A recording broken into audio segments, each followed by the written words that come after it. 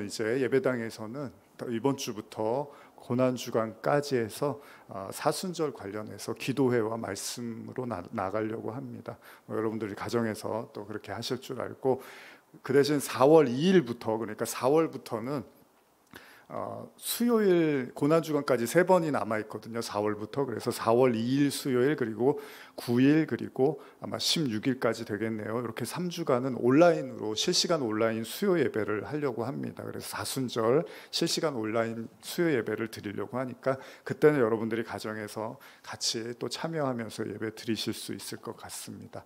그러니까 이번 주 다음 주는 그냥 그 예배당에서는 기도회로 가니까 여러분들도 그냥 각자 가정에서 또 여러 가지 기도하셨으면 좋겠습니다. 오늘 함께 말씀 나누실 말씀은 요한복음 강의 8번째 시간이고요. 오늘 3월 16일인데요. 8번째 시간입니다. 사람 속에 있는 것을 아시다, 뭐 이런 내용으로 제가 말씀을 제목을 정해봤는데, 우리 함께 말씀 나누시면서 은혜 받으시기를 바랍니다. 요한복음 2장 17절에서 21절까지의 말씀을 한번 같이 읽어보겠습니다. 시작. 제자들이 성경 말씀에 주의 전을 사모하는 열심이 나를 삼키리라 한 것을 기억하더라. 이에 유대인들이 대답하여 예수께 말하기를 내가 이런 일을 행하니 무슨 표적을 우리에게 보이겠느냐. 예수께서 대답하여 이르시되 너희가 이 성전을 헐라 내가 사흘 동안에 일으키리라. 유대인들이 이르되 이 성전은 46년 동안에 지었거늘 내가 3일 동안에 일으키겠느냐 하더라. 그러나 예수는 성전된 자기 육체를 가리켜 말씀하신 것이라. 아멘. 우리 지난 시간에 성전에서 장사하던 사람들에 대한 이야기를 나누었습니다. 예수님이 두고 보실 수가 없었습니다. 어떻게 성전에서 장사를 하냐는 것이었습니다. 근데 그 장사의 목적이 다른 게 아니었습니다. 제사를 더 잘 지내게 하려고 했던 거예요. 제사를 돕기 위한 장사였습니다. 그냥 뭐 예배와 신앙과 전혀 무관한 걸 파는 게 아니라 예배와 제사와 관련된 것들을 팔기 위한 목적이었어요. 그런데도 불구하고 예수님은 다 내쫓으시고 소리를 지르시면서 굉장히 과격한 모습을 보이셨습니다. 이것 때문에 예수님이 지탄을 받게 되고 십자가를 질 수밖에 없는 또 다른 이유 중에 하나가 이제 성전 앞에서 경거망동한 망령된 말을 했다라는 것입니다. 그래서 예수님이 사실은 많이 힘들어지는 이유 중에 하나였는데, 그럼에도 불구하고 예수님이 그렇게 하셨던 이유는 오늘의 본문과도 연관이 있지만, 예수님께서 사실은 뭘 말씀하시냐 하면 이제 구약의 그 제사, 구약의 그 제물을 죽여서 짐승을 잡아서 피를 흘려서 하나님께 죄 용서받기 위해서 드렸던 그 제사는 이제 하나님이 원치 않는다는 겁니다. 이제 유일한 제물이 될 자기 자신, 바로 어린 양 되신 예수님만이 하나님께 나갈 수 있는 유일한 제사라는 걸 강조하시기 위한 이유도 있다는 겁니다. 그러니까 여러분들이 최소한 우리 의화평강교회는 여기서 예수님이 장사하지 말라고 이렇게 화를 내셨대, 이게 다가 아닙니다. 사실 진짜 의미는 구약의 제사가 아니라 이제 어린 양 예수만 하나님이 받으시겠다는 거예요. 제가 오래전에 이제 다른 곳에서 사역할 때 한번 그런 말씀을 드린 적이 있어요. 은혜를 받고 제가 너무 제 마음에 감격이 벅차서 그런 제 말씀을 반복했던 적이 있는데, 그게 뭐냐면 예수는, 그러니까 성도에게, 하나님은요 성도에게 뭐만 원하시냐면 예수만 원하신다는 거예요. 우리가 뭐 헌금도 드리고 기도도 하고 많은 것들을 하잖아요. 그런데 하나님이 진짜 받으시는 건 여러분들 안에 있는 그 예수만 받으신다는 거예요. 진짜는 그 예수만 받으신다, 그 얘기를 하는 겁니다. 예수님은 다 이제 하나님이 아무것도 원하지 않고 오로지 예수만 원하신다는 거예요. 어린 양 되신 예수만 받으시겠다고 말씀하시는 거죠. 그걸 강조하기 위해서 예수님께서 그 모든 장사하는 사람들 다 이렇게 쫓아내셨던 거죠. 그걸 다른 말로 하면 뭐죠? 예수만 가지고 하나님께 나아가지 않는 모든 시도가 장사하는 게 될 수 있다는 거예요. 도적의 소굴이라고 말하는 게 무슨 여러분들이 도둑질을 했습니까? 그 사람들이 무슨 도둑질을 했습니까? 그게 아니잖아요. 예수님이 요한복음 아마 10장인가 9장에서 말씀하세요. 나로 말미암지 않고 하나님께 나아가는 그 모든 사람들은 다 담 넘어가는 도적이라고 이야기를 하신단 말이에요. 그러니까 예수라는 문을 통해서 가지 않는 모든 시도와 행위는 주님께서 그게 바로 도적이야 라고 강도야 라는 말씀을 하시거든요. 그러니까 여러분과 저도요, 예배 드릴 때 다른 거 생각할 필요 없습니다. 여러분과 제가 그냥 예수 그리스도의 은혜로만 나갈 수 있도록 여러분들의 모든 기도나 생각이나 마음을 고정하시면 돼요. 그걸 신령과 진정으로 예배 드린다고 하는 겁니다. 신령과 진정이 뭐라 그랬죠? 신령은 성령, 진정은 진리. 성령과 진리, 예수 그리스도의 안에 다 있잖아요. 그리스도가 기름 부음을 받았다는 이야기니까 예수를 통해서만 하나님께 나갈 수 있구나. 여러분, 이 말이 무슨 말인지를 깨달으시면 되는 거예요. 예배 드리시면서 도대체 예수로 나간다는 게 무슨 얘기지라는 걸 여러분과 제가 깨달으면 되는 거예요. 그걸 신령과 진정이라고 하는 거예요. 그래서 예수님이 사마리아 여인에게 그러잖아요. 네가 내가 누군 줄 알았으면 네가 나한테 물을 달라고 했을 거야 라고 말씀하세요. 그러면서 예수님이 뭐라고? 내 안에 영원히 마르지 않는 생수가 있어. 그걸 네가 내가 누군지 알았으면 달라고 했을 거야 라고 말씀을 하시잖아요. 근데 여인이 몰라요. 그게 뭔지를 몰라요. 근데 예수님이 뭐라 그러세요? 지금은 모르지만 앞으로 하나님께 진짜 예배 드릴 때가 와. 그때 성령과 진리, 신령과 진정으로 예배 드리게 될 거야 라고 말씀을 하시죠. 지금도 마찬가지입니다. 여러분들이 이 말의 뜻이 무슨 말인지 잘 이해가 안 가실 수도 있고 와닿지 않으실 수도 있어요. 그런데 어느 순간은 이게 무슨 말이구나, 이게 그 말이었구나라고 이렇게 내 마음속에서 깨달아지고 고백되어질 때가 있다는 거죠. 예수님은 그걸 말씀하시는 겁니다. 성전은 오로지 예수 그리스도로만 나아간다는 겁니다. 그게 바로 지난 시간 우리가 나눴던 장사하지 말라고, 기도하는 집을 장사하는 집으로 만들지 말라고 했던 예수님의 가르침이었습니다. 자, 이제 계속해서 오늘의 말씀을 보는데, 오늘 눈에 띄는 구절이 2장 17절인데 이것만 한 번 더 읽어볼까요? 시작. 제자들이 성경 말씀에 주의 전을 사모하는 열심이 나를 삼키리라 한 것을 기억하더라.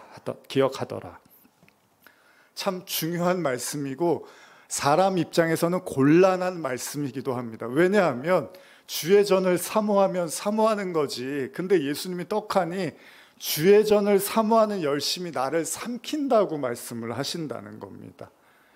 무슨 얘기입니까? 지나친 열심이 오히려 하나님의 영광을 가리고 있고 하나님의 뜻을 훼손시키고 있다라는 말씀을 하신다는 겁니다.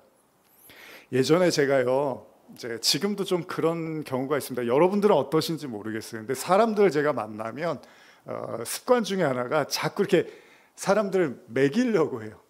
그러니까 먹이려는 게 나쁜 의미가 아니라 드시게 하려고 한다는 거죠.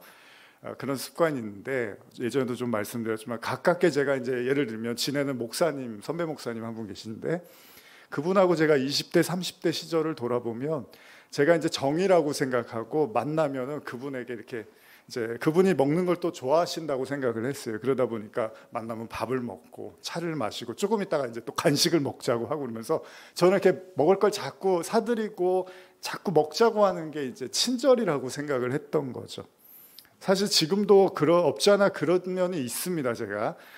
근데 여러분들도 모르겠어요. 저랑 같이 있으면 제가 더 드세요 좀 이렇게 좀 이제는 좀 덜해요. 왜냐하면 제가 이제 건강이 그게 좋지 않은 걸 느끼니까 이제 좀 덜 하는데 예전에는 자꾸 많이 드시게 하는 게 이제 사랑이라고 정이라고 생각을 했어요. 근데 지금 생각해 보면 이제 지나고 어느 시점에 생각을 해보니까 제가 이렇게 권하고 막 이렇게 드시라고 했던 게 사실 선배 목사님이 즐거운 마음으로 드시기도 했지만 한편으로는 드시고 나서 나중에 이제 소화도 안 되고 불편해하시고 건강에도 사실은 썩 좋지가 않았던 것 같습니다.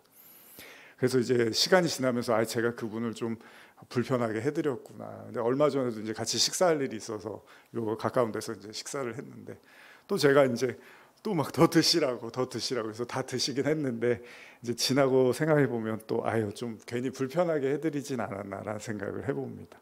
우리는 때때로요 상대방에 대한 지나친 애정이나 관심이 오히려 상대를 굉장히 불편하게 하고 부담을 줄 때가 있죠. 아니 꼭 상대를 생각하지 않는다 하더라도 우리 자신도 그럴 겁니다. 예를 들면 이런 거예요. 예전에 이제 문자 같은 거, 어르신들 어떠신지 모르지만 문자 같은 거 이렇게 처음에 주고받을 때, 요즘은 뭐 문자를 자연스럽게 주고받지만 뭐 톡이라고 하죠. 뭐 톡을 주고받을 때 대화를 이렇게 잘 나누는데, 이제 마무리를 할 때가 되면 뭔가 그냥 마무리하면은 좀 뭔가 아쉬울 것 같고, 그래서 이제 서로 뭐 인사를 했어요. 톡으로. 근데 그냥 뭔가 아쉬운 것 같으니까 이모티콘을 뭐 하나 웃는 걸 보내요. 그러면 또 그분도 저하고 비슷한 생각을 하니까 또 다시 이모티콘을 또 보내요. 그럼 뭔가 제가 마무리를 해야 될 것 같으니까 제가 또 하나를 또 보내면 또 보내고, 그러면서 옥신각신하면서 길어진 경우가 있습니다. 예전에 좀 그런 경우가 있었어요. 제가 그런 거 신경을 좀 많이 썼었어요. 지금은 이제 뭐 그렇지 않는데, 이제 많이 사용하다 보니까 무슨 얘기냐면, 상대방에 대해서 지나친 예의나 배려가 오히려 서로를 불편하게 할 수도 있다는 거죠. 가끔 이제 식당 가면 여러분, 음식을 많이 주는 집들이 있습니다. 요즘은 사실은 이제 인정이 많이 좀 사라졌잖아요. 물가도 오르고 정말 물가가 비쌉니다. 그래서 음식을 시켜도 요거밖에 안 나와라고 생각하는 경우도 있는데, 의외로 많이 주는 집들이 있어요. 그러면 어떠죠? 저는 좋습니다. 여러분들 어떠신지 모르는데 저는 일단 많이 주면 좋더라고요. 그리고 일단 저도 많이 먹는 편이니까 제가 건강에 허락이 되는 음식들은 많이 먹으려고 합니다. 근데 어떤 분들은요, 음식이 많이 나오면 좀 이렇게 부담스러워 하시고 약간 화도 내시는 분도 있더라고요. 왜 그렇죠? 이걸 내가 다 못 먹는데 남겨야 되는데, 또 남기면 아깝잖아요. 그렇다고 또 그 음식을 재활용하는 것도 그렇잖아요. 그러니까 그게 편치 않으니까 음식을 많이 주면 이렇게 달가워하지 않는 분들도 계십니다. 실제로 제 아이하고 좀 얼마 전에 뭐 이렇게 시내 나갔다가 뭐 이렇게 밥을 먹는데, 굉장히 저렴한 집이었어요. 그 백반 이런 게 4,000원이었어요. 뭐 김치찌개 뭐 이런 데가. 그래서 이제 거기서 이렇게 먹었는데, 아이가 뭐 제육덮밥을 시켰는데 밥이랑 고기가 많이 나오는데 4,000원이에요. 그래서 그분들은 정말 사명감 가지고 학생들 이렇게 먹이시려고 하시는 것 같아요. 제가 이제 눈치를 보기 시작하는 거예요. 그 주인 사장님 그러니까 왜냐하면 이제 다 못 먹겠는 거예요. 애가 벌써, 저희 아이는 이제 먹다가 이렇게 배가 딱 차면 얼굴에 딱 드러납니다. 이제 못 먹겠구나라는 게. 그러니까 저도 눈치를 챘어요. 그래서 제가 이제 좀 뺏어 먹고 그랬는데, 이게 좋은 마음으로 주신 걸 아니까 남기기도 그렇고 그렇잖아요. 그런 경우들이 우리 종종 있을 수 있습니다. 좋은 의도로 한 게 타인에게 부담을 주거나 불편을 주면 그것도 안타까운 일입니다. 제일 좋은 건 이제 서로가 서로의 마음을 잘 알아서 상대방이 좋아하는 방법으로 할 수 있으면 좋겠지만, 그게 어떻게 쉬운 일입니까? 이 사람 마음을 아는 것도 쉽지가 않단 말이죠. 그래서 성경도 지금 이런 말을 하고 있는 겁니다. 사실 우리가 사람 마음도 잘 모르는데 하나님 마음을 헤아린다는 건 더 어려운 일이잖아요. 그래서 현대어로 제가 요한복음 2장 17절을 다시 읽어드리면, 그때 제자들에게는 하나님의 집을 아끼는 열정이 나를 삼킬 것이다 라고 성경에 기록된 예언의 말씀이 떠올랐다, 이런 말씀이 있는 거예요. 자, 하나님에 대한 열심이 오히려 하나님을 불편하게 만든다는 거예요. 나는 정말 하나님을 사랑하고 좋아하고 하나님이 기뻐하실 거라고 생각하고 했던 일인데, 오히려 그것이 성전을 삼키는 격이 된다는 겁니다. 예수님은 그런 잘못된 성전에 대한 열심을 엄히 꾸짖으시면서요, 스스로를 위기에 빠뜨리신 거죠. 무슨 말이냐면, 성전에서 장사하는 사람들이 좋은 마음으로 한 건데 예수님은 그건 잘못됐다고 말씀하신 겁니다. 결국은 그 행동 때문에 예수님이 위기에 처하게 된 거잖아요.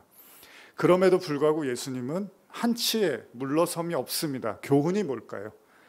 성전에서 장사하는 일은 절대로 타협할 수가 없는 일이라는 거잖아요. 제가 지난주에도 읽어드렸던 말씀인데 한 번 더 이 말씀을 묵상해 볼까요? 마태복음 6장 24절 말씀입니다. 마태복음 6장 24절입니다. 시작. 한 사람이 두 주인을 섬기지 못할 것이니 혹 이를 미워하고 저를 사랑하거나 혹 이를 중히 여기고 저를 경히 여김이라. 너희가 하나님과 재물을 겸하여 섬기지 못하느니라. 어젯밤에 제가 기도하는 가운데 이렇게 잠이 들었는데, 그러면서 묵상하다가 그런 생각이 들었습니다. 아브라함을 우리가 믿음의 조상이라고 하잖아요. 맞습니다. 아브라함이 믿음의 조상인데 아까도 제가 찬양 인도할 때 말씀을 드렸지만 근데 그 아브라함이 한 일들을 한번 쭉 생각해 보시면 사실은 물론 훌륭하고 대단한 일도 많이 했지만 전혀 믿음이 없는 사람처럼 행동한 모습들도 많아서 플러스 마이너스를 해보면 그냥 고만고만합니다. 뭐 전쟁을 해서 조카 롯을 구해오는 멋진 모습도 있었지만 하나님의 말씀을 어기고 여종 하갈과 동침해서 아이를 낳는 아주 불신앙의 행동을 했고요. 그럼에도 불구하고 아브라함은 그것이 잘못된지도 모르고 99세에 하나님이 언약을 들고 다시 나타나셨을 때 오히려 이스마엘을 축복해달라고, 이삭은 필요 없다고 이야기를 하기도 했습니다. 도대체 그럼 아브라함의 어떤 모습이 믿음의 모습일까라고 했을 때 우리가 잘 알고 있습니다. 아브라함이 믿음의 조상으로 인정받았던 때는요, 하나님이 주셨던 정말 금쪽 같은 아들 이삭을 하나님 앞에 제물로 바쳤을 때 그때 하나님이 아브라함을 믿음의 조상이라고 칭해 주셨습니다. 그러니까 그 아브라함의 모든 인생 중에서 가장 중요한 인생, 가장 중요한 지점을 본다면 이삭을 제물로 바쳤을 때예요. 그거예요. 거기서 하나님이 믿음의 조상이라고 칭해 줬어요. 만약에 그 순간에 아브라함이 이삭을 절대로 바칠 수 없습니다. 저는 이스마엘도 제 아들이고 이삭도 제 아들이니까 두 아들 데리고 잘 살아볼 겁니다. 개입하지 마시고 신경 쓰지 마십시오라고 했으면 아브라함은 믿음의 조상이 될 수 없었습니다. 그러나 아브라함은 이스마엘을 내쫓고 또 이삭조차도 하나님께 제물을 드렸습니다. 여러분 이 말씀을 한번 잘 생각해 보십시오. 사람이요 두 주인을 섬길 수가 없다고 합니다.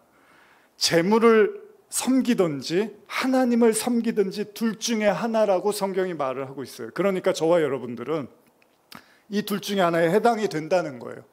우리가 하나님을 섬기면 우리는 제물을 섬기지 않는 사람이 되는 거고, 우리가 하나님을 섬기지 않으면 하나님을 안 섬기는 게 아니라 제물을 섬기는 사람이라는 거예요. 이 둘밖에 없습니다, 여러분. 이거는 나는 돈을 그렇게 안 좋아하는데요, 저는 돈에 대한 욕심이 없는데, 이런 얘기를 하는 게 아니고요. 신앙의 본질로 깊이 들어가 보면 우리는 둘 중에 하나를 의지하게 돼 있다는 거예요. 하나님을 의지하든지 재물, 그 재물이 꼭 돈만이 아닙니다. 성경에서 말하는 재물은요, 자존심이라든지 자기 어떤 의라든지 자기 뭐 재물도 마찬가지고 사람이라든지 이런 모든 인위적인 요소를 다 포함하고 있는 겁니다. 그거를 의지하든지 아니면 하나님을 의지하든지 이 둘밖에 없다는 거예요. 그러니까 심판 때 하나님이 분명하게 심판하시는 기준이 이겁니다. 재물을 의지하냐 하나님을 의지하냐. 그래서 예수님이 정리해서 말씀하시는 거예요. 사람은 딱 두 부류라는 거예요. 하나님을 섬기든지 재물을 섬긴다는 겁니다. 이 세상에 있는 사람들은요, 이 말씀으로부터 자유로울 수 있는 사람은 단 한 사람도 없다는 겁니다. 저와 여러분들도요, 지금 이 순간에 잘 들여다보면 둘 중에 하나를 더 섬기고 있다는 겁니다. 그러니까 예수님이 성전 정화 사건을 한 거에서도요, 예수님이 왜 그런 행동을 하셨냐면, 돈을 들고 와서 재물을 사갖고 하나님께 재물로 나가고 그걸로 의로움을 얻으려고 했던 당시의 유대인들의 모습을 보면서 하나님이 말씀하신 거예요. 그게 재물을 섬기는 거라는 거예요. 그게 오직 하나님을 섬긴다는 건 자기의 의로움을 내려놓고 오직 어린 양 예수의 피로 나가는 건데, 물론 당시 유대인들이 알 리가 없었습니다, 그것을. 그러나 예수님의 모습에서 한 가지 분명한 건 그들은 성전을 자기의 이익순단으로 활용했다는 거예요. 오늘날도 여러분 한번 잘 생각해 보십시오. 지난주에도 제가 질문을 던져드렸지만 여러분들이 보시는 교회가 이익을 위한 교회입니까? 아니면 기도하는 집입니까? 라는 생각을 하면 아주 쉽습니다. 여러분 목사들도 많습니다. 목회자들도 많아요. 요새 뭐 무당들이 30만 명이라며요. 제가 뭐 보니까 어마어마하대요. 그렇게 많다라는 건 뒤집어 말하면 많은 사람들이 찾아가고 이용을 한다는 거잖아요. 복을 받고 싶어 한다는 거잖아요. 그 얘기는 뭐냐 하면 많은 사람들의 마음속에 뭐 하나님이 어디 있고 과학이 어쩌고 지식이 어쩌고 합리를 얘기하고 뭐 이성을 말하고 있지만, 그럼에도 불구하고 무당을 찾아가는 건 복을 받고 싶은 거잖아요. 잘 되고 싶은 거잖아요. 그런 재물에 대한 탐심이 있는 거잖아요. 마찬가지입니다.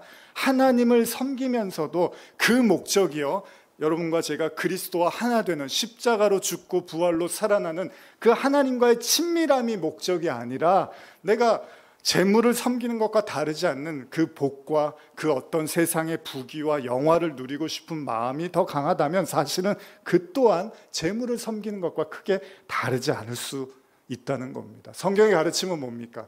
여러분, 성경의 가르침, 그리고 우리가 이렇게 신앙생활을 하는 가장 중요한 목적은요, 여러분과 하나님이 친해지는 거예요. 여러분, 가까워지는 거예요. 캐톨릭에 보면 이제 신부님들이 뭘 하죠? 고해성사라는 걸 하잖아요. 고해성사라는 걸 하면 내가 죄를 졌는데 그걸 이렇게 신부님께 고해를 해서 죄를 좀 용서받고 마음이 편해지고, 그래서 신부님은 그런 것들 다 듣고 이제 침묵을 하는 거잖아요. 근데 그거에 대해서 이제 어떤 개신교에서는 왜 예수님이 계신데 우리가 사람에게 그런 걸 나누냐라는 이야기도 하지만, 그렇습니다. 그런 관점에서 생각해 보면 본질은 뭡니까? 여러분과 제가 하나님과 가까워지는 게 제일 중요한 거죠. 사실 신앙에서 그게 제일 중요한 겁니다. 그래서 제가 늘 말씀드리잖아요. 여기서 하나님과 친해지지 못하면 천국에 가면 하나님이 불편해서 여러분들은 절대 천국일 수가 없다는 거예요. 여기서 하나님이 편해야지 천국에서도 편해지는데, 어떻게 여기서 안 편한 하나님이 천국 가면 편해질 수가 있습니까? 그렇지 않아요.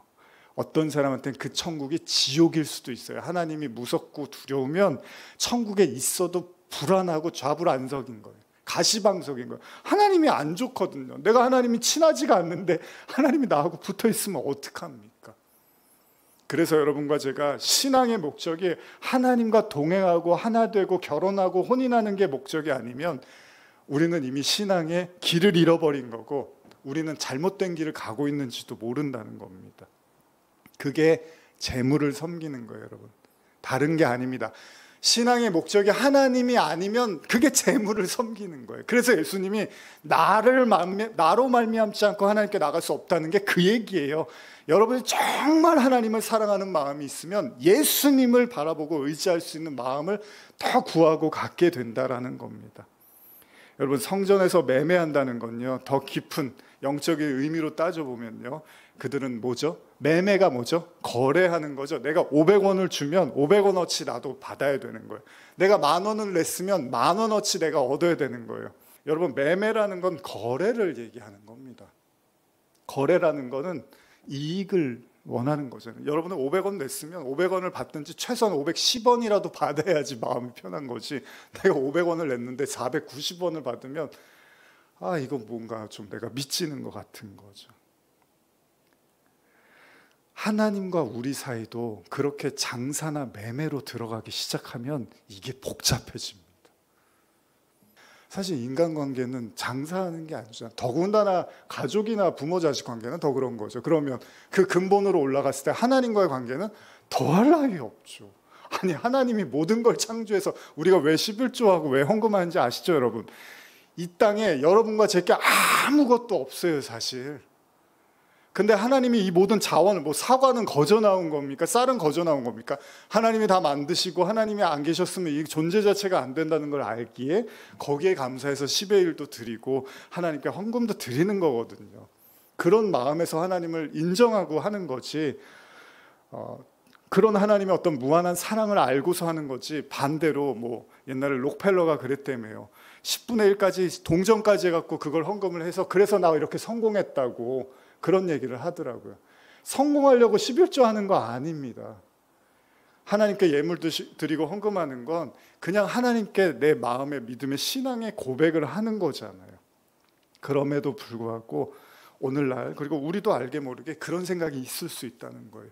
장사하고 매매하면서 하나님께 이해득실을 따지고 내가 이득을 받느냐 보지 못했느냐라는 생각을 하게 된다는 거예요. 이건 돈뿐만이 아닙니다. 내가 노력하고 그동안 애쓰고, 여러분들 또 교회 오실 때 얼마나 또 멀리서 오세요. 기름값하고 그런 것까지 다 따지면 여러분들이 하나님께 얼마나 지하철 오래 타고 오시고 여러 가지 애쓰고 그 공로를 다 생각하시면 여러분들이 얼마나 나중에 신앙의 회의가 오면 이게 내가 부질없는 행동을 하고 있는 건 아닐까라는 생각을 할 수도 있습니다. 그래서 여러분, 신앙의 방향이요, 오직 내가 하나님과 예수 그리스도, 그 하나님과 그 관계에 집중하지 못하면 나중에는 기복이나 어떤 매매나 이익으로 신앙이 바뀔 수 있습니다. 거기서 여러분과 제가 신앙 회복을 해야 되는 거고, 오늘날의 한국교회도 다시 그 원점에서 생각해야 된다는 겁니다. 예레미야 10장 14절에서 15절 읽어볼까요? 예레미야 10장 14절에서 15절입니다. 시작. 사람마다 어리석고 무식하도다. 은장이마다 자기의 조각한 신상으로 말미암아 수치를 당하나니 이는 그가 부어 만든 우상은 거짓 것이요 그 속에 생기가 없음이라. 그것들은 헛것이요 망령되이 만든 것인즉 징벌하실 때에 멸망할 것이나. 구약에서 하나님이 경고했던 내용 중에 하나가 자기 안에 우상을 만든다는 거예요, 인간은. 그러니까 여러분, 우상 숭배가 늘 말씀드리지만 밖에 있는 게 아닙니다. 근본적으로는 내 마음속에 있는 거고, 자기만의 신을 만들고 그 우상을 섬기고 있다는 겁니다. 그래서 하나님이 우상 숭배했다고 자꾸 이야기하면 우리는 바알 신을 섬기고 다른 태양 신을 섬기고 이런 걸 생각할 수 있는데, 사실은 그 마음의 원천은 재물을 섬기는 마음에서 시작된 거고, 하나님은 그걸 우상 숭배라고 이야기한다는 겁니다. 하나님이 제일 원치 않는 죄가 뭐죠? 십계명의 가장 첫 번째가 뭐죠? 나 이외에 다른 신을 섬기지 말라라는 거잖아요. 그게 무슨 말입니까? 여러분과 저의 신앙의 목적이 순수하게 하나님이 아닌 다른 거면 이미 여러분과 저는 십계명을 어기고 있는 거라는 거예요. 오늘 여기 예배드리고 있잖아요. 우리가 예배드리는 이유, 저도 이렇게 설교를 하고 있지만 이 모든 것이 정말 내가 하나님을 더 알고 싶고 만나고 싶고 느끼고 싶고 천국에 함께하고 싶고, 이게 우리 신앙생활의 목적이 아니면 이미 저와 여러분들은 우상 숭배를 하고 있는 거라는 거예요. 누가복음 4장 5절 이하 제가 읽어드릴게요. 마귀가 또 예수를 이끌고 올라가서 순식간에 천하 만국을 보이며 이르되 이 모든 권위와 그 영광을 내가 내게 주리라. 이것은 내게 넘겨준 것이므로 내가 원하는 자에게 주노라. 그러므로 내가 만일 내게 절하면 다 내 것이 되리로다. 제가 요한계시록에서도 자주 드렸던 말씀인데요. 여러분, 예수님을 유혹했던 마귀의 시험이 보면요, 천하 만국의 모든 풍요와 모든 어떻게 보면 인간이 누리고 싶어하는 영광, 그 복을 다 보여주면서 마귀가 한 얘기입니다.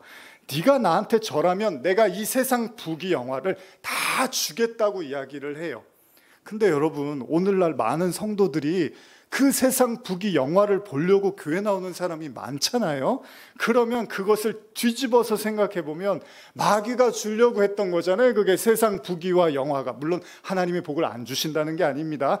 여러분, 병을 고쳐도요, 병만 고치면 다 되는 겁니까? 무당한테 가서 고치는 거나 아니면 뭐 다른 어떤 우상에게 병을 고치는 거고 하나님께 고치는 게 다 다른 거잖아요. 하나님이 주시는 그 은혜로 병이 낫고 치료되고 행복한 게 중요한 거지, 나는 그런 건 중요하지 않아요. 내 병만 낫고 잘 살 수만 있으면 그게 무슨 상관입니까? 라고 하면 그게 우상 숭배가 되는 거잖아요. 마찬가지입니다. 사탄이 내가 부귀영화 다 줄게 했더니 네가 나한테 절만해. 여러분, 천하의 예수님 앞에 사단이 이렇게 유혹을 합니다. 지금 사단이 유혹하는 존재는 예수님입니다. 하나님의 아들. 하나님의 아들한테도 할 수 있으면 한번 해보겠다는 거예요. 그러니 여러분과 저한테는 수시로 이 유혹을 하지 않겠습니까? 저와 여러분들에게는 네가 나한테 절만 하면 내가 다 줄게. 그러면 이 절이 뭐 앉아서 절하면 되는 겁니까? 그런 게 아니잖아요. 마음으로 인정하고 마음으로 절하면 그것도 우상 숭배인 거잖아요. 그러니까 저와 여러분들은 지금도 이 순간순간마다 이 사단의 유혹이 계속 진행되고 있을 겁니다. 네가 조금만 받아들이면 돼, 조금만 인정하면 돼, 그럼 내가 다 줄게라는 이야기를 우리 내면에서도 하고 있겠죠. 마찬가지입니다. 예배를 드리면서도 세상 부귀를 하나님 나에게 주십시오라고 간절함이 하나님이 아니라 거기에 더 치우쳐 있다면 그 또한 우상을 섬기는 것과 뭐가 다르겠냐는 거예요. 여러분, 바알 신이라는 게 무슨 말입니까? 풍요의 신이란 말이에요. 그러니까 구약 내내 하나님이 경고하셨던 우상이요, 바알인데 그 바알이 풍요였어요. 그러니까 사람들이 하나님보다 풍요를 원했다는 거예요. 하나님이 중요한 게 아니라 풍요로운 삶을 살게 해달라고 기도하고 원해서 음란하고 우상 숭배했다고 하나님이 경고했던 거죠. 여러분, 풍요도 중요하지만 이왕이면 잘 먹고 잘 살면 얼마나 좋습니까? 좋은 차 타고 좋은 집에서 편안하게 누워있고 다 좋습니다. 그런데 이제 어르신들은 아시잖아요. 그거 다 지나가잖아요. 그래봤자 70년 80년 되면 다 지나가는 것들이잖아요. 다 지나갈 것들인데 정말 성도는 이제 저도 25년 금방 갈 거라고 생각하거든요. 이제 어르신들처럼 저도 이제 그렇게 금방 될 거라고 생각합니다. 근데 그때 되면 저는 이제 내가 죽음 이후에 어떻게 될까 이런 생각을 훨씬 많이 하게 될 것 같아요. 그게 진짜 더 진지한 거 아닙니까? 지금부터 벌써 저는 그런 마음들을 하나님이 주셨으니까 이제 그런 분들과 같이 이렇게 마음을 나누고 두려워하지 않고 불안하지 않도록 제가 말씀을 전하고 싶은 마음이 있는 거죠. 참 헛된 거에 너무 많은 마음을 쏟고 사는 것 같습니다. 바울이 이런 얘기를 합니다. 로마서 1장 25절 한번 읽어볼까요? 시작. 이는 그들이 하나님의 진리를 거짓 것으로 바꾸어 피조물을 조물주보다 더 경배하고 섬김이라. 주는 곧 영원히 찬송할 이시로다. 아멘. 인간의 속성 중에 하나가 하나님의 진리를 거짓으로 바꿔서 계속 말하고요, 피조물을 조물주보다 더 경배하게 만든다고 합니다. 여러분과 제가 절대로 빠지지 말아야 될 것은 이게 신앙인 줄 착각하고 있는데 그게 오히려 우상 숭배가 될 수 있다는 겁니다. 그런 아주 뭔가 세밀한 통찰력이 필요하고요. 여러분들이 영적인 어떤 감각이 있으셔야 되는 거예요. 무조건 신앙적이라고 예수 이름이라고 다 좋은 게 아니에요. 예수님은 오죽하면 뭐라 그러십니까? 날더러 주여 주여 하는 자마다 천국에 들어갈 것이 아니라고 말씀을 하시는 게 그런 의미입니다. 이것도 한번 읽어볼까요? 계시록 13장 15절에서 18절입니다. 시작. 그가 권세를 받아 그 짐승의 우상에게 생기를 주어 그 짐승의 우상으로 말하게 하고 또 짐승의 우상에게 경배하지 아니하는 자는 몇이든지 다 죽이게 하더라. 그가 모든 자, 곧 작은 자나 큰 자나 부자나 가난한 자나 자유인이나 종들에게 그 오른손에나 이마에 표를 받게 하고 누구든지 이 표를 가진 자 외에는 매매를 못하게 하니 이 표는 곧 짐승의 이름이나 그 이름의 수라. 지혜가 여기 있으니 총명한 자는 그 짐승의 수를 세어보라. 그것은 사람의 수니 그의 수는 666이니라. 여러분들이 잘 아시는, 또 제가 자주 강조하는 말씀입니다. 짐승의 표, 사람의 수고 666이라고 합니다. 근데 여기서 중요한 좀 내용을 하나 보면 그 짐승의 표를 가진 자 외에는 매매를 못하게 한다고 그래요. 매매가 뭐죠? 장사라는 거죠. 여기에 대해서 여러 가지 의견이 있고 해석이 있지만 제가 오늘 여러분과 나누고 싶은 건요, 짐승의 수는 666이잖아요. 그러면 하나님의 수를 우리가 777로 보거든요. 안식의 수. 그래서 777을 하나님의 수로 놓고 보면 666은 하나님의 숫자에 도달하지 못하는 숫자라는 거예요. 그래서 여기 이런 표현이 있습니다. 지혜가 있으니 총명한 자는 짐승의 수를 세어보라는 거예요. 근데 그 수가 뭐래요? 사람의 수래요. 사람의 수. 짐승의 수가 사람의 수래요. 그게 뭐예요? 사람이 가지고 있는 생각과 짐승이 가진 생각이 다르지 않다는 거예요. 그래서 제가 전도서 말씀 가지고 한번 말씀을 드렸죠. 전도서에 어떤 말씀이 있죠? 하나님이 인생들에게 노고를 주는데 그 노고를 주신 이유가 짐승과 사람이 다르지 않음을 깨닫게 하려 하심이라고 말씀하셔요. 그러니까 하나님이 시험을 하시는데 인간을, 그 이유 중에 하나가 내가 짐승과 다르지 않구나라는 걸 깨달으라는 거예요. 그런 의미로 말씀을 접근해 보면 순전히 인간적인 생각으로 하나님의 진리의 말씀을 말하고 전하는 것, 그걸 거짓 선지자라고 하잖아요. 요한계시록에서 그 용, 짐승, 옛뱀, 거짓 선지자의 말을 믿고 내 말로 받아들여서 그걸 내 속에 가지고 있으면 그게 666 짐승의 표를 받게 된 거예요. 표는 말씀의 의미도 있으니까. 그러니까 하나님의 말씀을 내가 666으로 갖고 있는 거예요. 인간적인 말씀으로, 인간적인 해석으로만 가지고 있는 거죠. 근데 핵심이 뭐냐면 그 표를 가진 자 외에는 매매를 못하게 한대요. 무슨 얘기예요? 하나님 말씀을 잘못 가지고 있는 사람들은 순전히 그 말씀 가지고 장사를 한다는 거예요. 장사. 내가 죽고 주님으로 다시 살아나는 게 아니라 내가 어떻게 신앙생활을 통해서 나를 좀 돋보이게 할 것인가, 내가 인정을 받게 할 것인가, 사람들 앞에 내가 그럴싸한 사람이 될 것인가, 어떻게 하면 내가 복을 받을 것인가, 이런 걸로 말씀을 이해하고 해석해버린다는 거예요. 이걸 매매라고 합니다. 그래서 여러분 열처녀의 비유 아시죠? 예수님이 열처녀의 비유를 말씀하실 때 잘 아시니까요. 예수님을 기다리는 10명의 처녀가 있었습니다. 신랑을 기다렸던. 그런데 5 처녀는 뭘 가지고 있어요? 기름을 가지고 있어요. 그래서 10명이 다 졸았는데 예수님이 안 오시니까 신랑이 다 졸고 있는데 예수님이 나타나셨어요. 그러니까 기름을 갖고 있던 처녀는 그 기름으로 불을 켜서 예수님을 알아보고 같이 혼인잔치에 들어가요. 그런데 기름을 갖고 있지 않았던 처녀들은 예수님 왔는데 불을 못 켜니까 얼굴을 못 알아봤어요. 그래서 예수님이 혼인잔치에서 거절을 합니다. 들어오지 말라고 해요. 근데 이때 이 여인들이 뭐라고 하냐면 기름을 어떻게 구할까 막 안절부절하다가 물어봅니다. 이 기름을 사러 가면 되지 않을까? 그러면서 사러 가는 거예요. 무슨 얘기냐면 신앙을 돈으로 이해하고 매매로 이해하고 이익으로 이해했던 사람들은 절대 예수님의 혼인잔치에 들어갈 수가 없다는 거예요.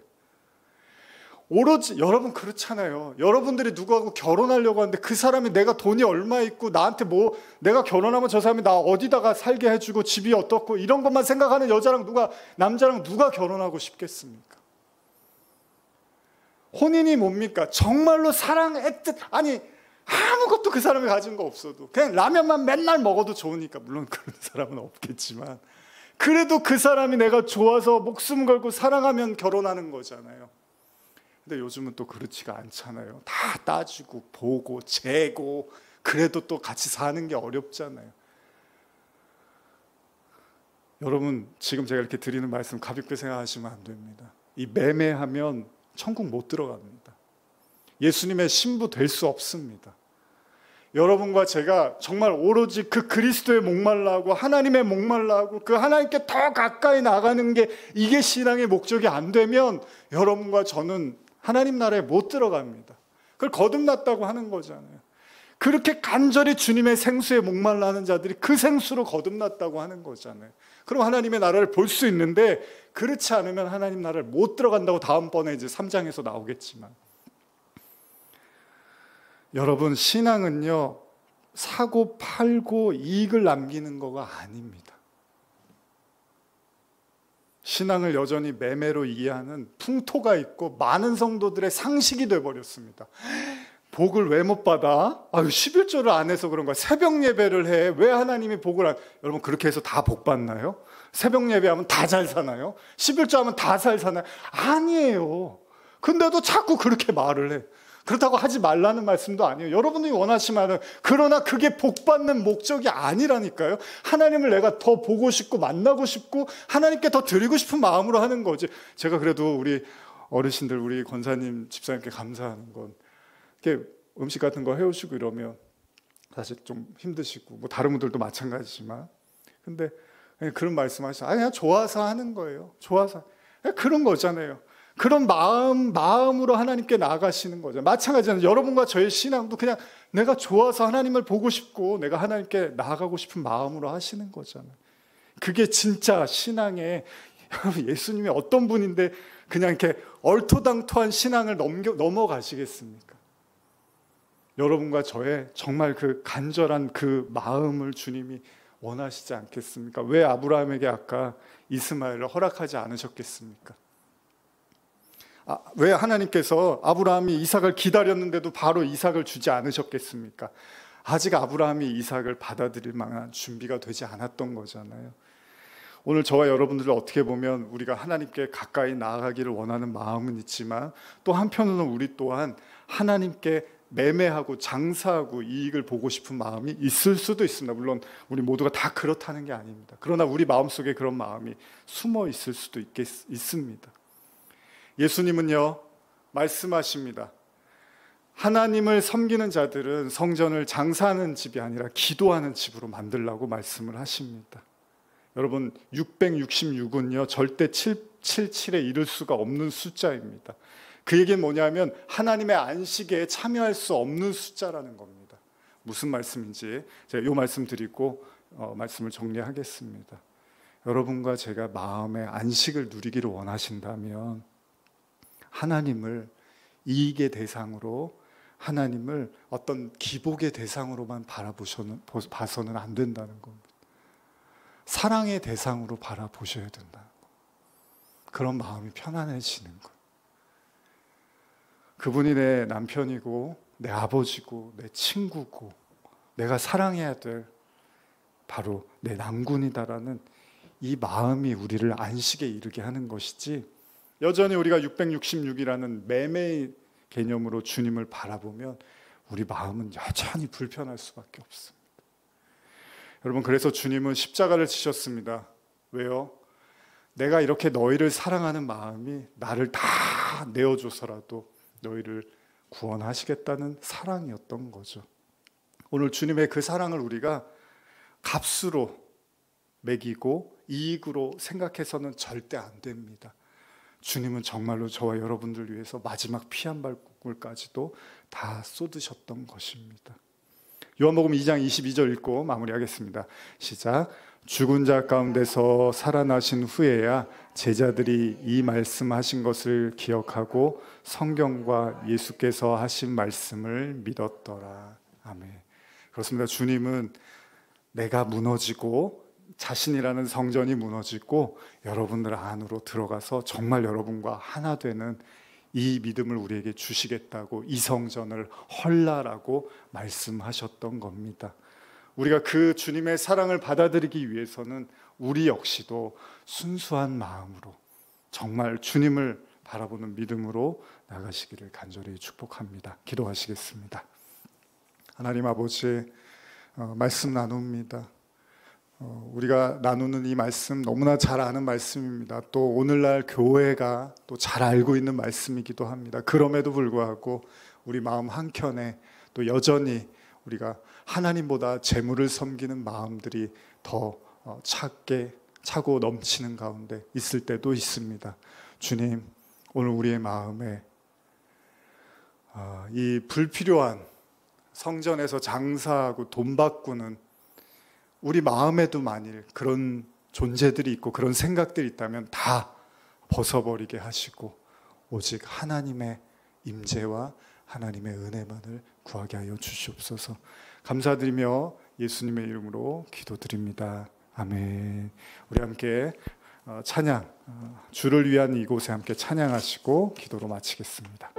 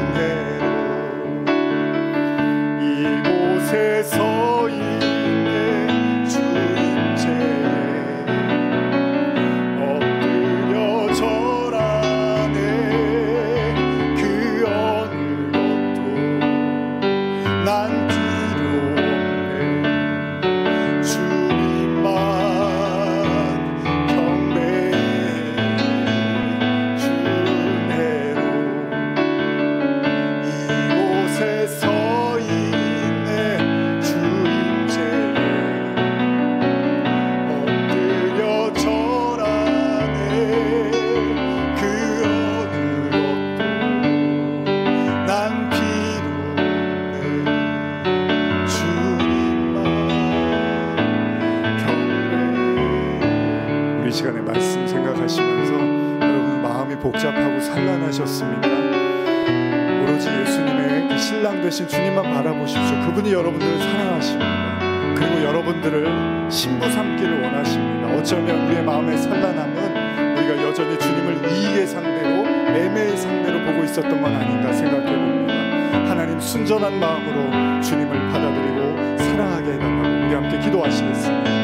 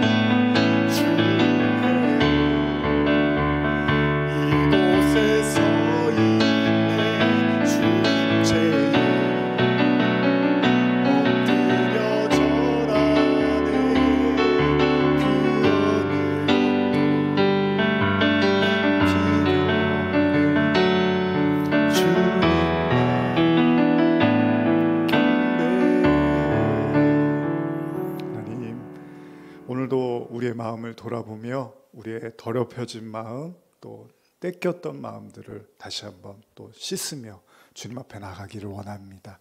오로지 주님을 향한 사랑과 순전한 믿음으로만 나아가게 하여 주시옵소서. 지금 우리 주 예수 그리스도의 은혜와 하나님 아버지의 사랑과 성령의 교통하심이, 주를 섬기고자 하는 열심이, 오히려 주의 성전을 그 사모하는 열심이 주를 삼키겠다는 말씀을 들으며, 오늘 혹시나 우리의 열심이 하나님이 기뻐하는 열심이 아니라 하나님이 불편하게 하는 열심은 아닌가 돌아보며 정말 주님의 마음을 알아 주님과 합하여지는 믿음 되기를 원합니다. 고백하며 고개 숙인 모든 성도들 머리 위에 지금부터 영원히 함께 있을지어다. 아멘.